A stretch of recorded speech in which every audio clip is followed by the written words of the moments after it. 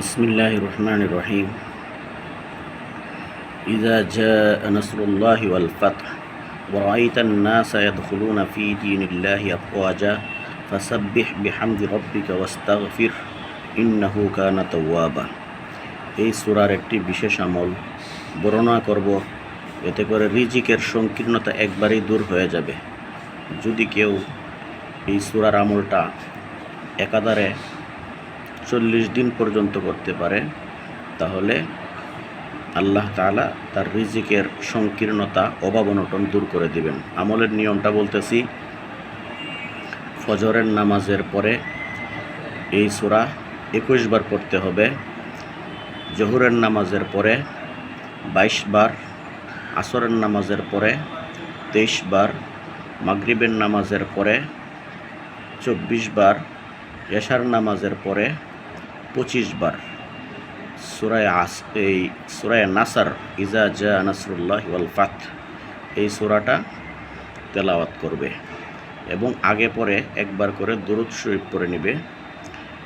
তাহলে এই আমল যদি আপনি জারি রাখেন, যদি কেউ করেন, তাহলে আশা করা যায় আপনার আল্লাহ তাআলা এই আমল কবুল করবেন এবং সংসারের অভাব দূর করে দিবেন, রিজিকের সংকীর্ণতা আল্লাহ তাআলা দূর করে দিবেন এবং বিগাইরে হিসাব আল্লাহ তাআলা রিজিক দান করবেন, যে কল্পনাও করা যাবে না।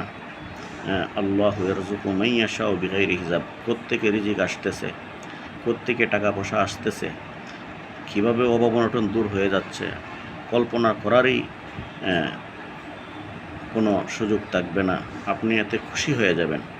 আমলটা আশা করি সবাই করবেন এবং শেয়ার করে আমলটা করার জন্য আরেকজনকে সুযোগ করে দিবেন। আবারও বলি, আমলের নিয়ম, সূরা নাসর ইযা জাআ নাসরুল্লাহি ওয়াল ফাতহ ওয়া রাআইতান নাসা ইয়াদখুলুনা ফী দীনিল্লাহি আফওয়াজা ফাসাব্বিহ বিহামদি রাব্বিকা ওয়াস্তাগফির ইন্নাহু কানা তাওয়াবা। এই সূরাটা আগে পরে দুরূদ শরীফ পড়ে নিতে হবে। ফজরের নামাজের পরে 21 বার, জোহরের নামাজের পরে 22 বার, আসরের নামাজের পরে 23 বার, মাগরিবের নামাজের পরে 24 বার, ঈশার নামাজের পরে 25 বার পাঠ করবে। এই আমল 40 দিন করতে হবে।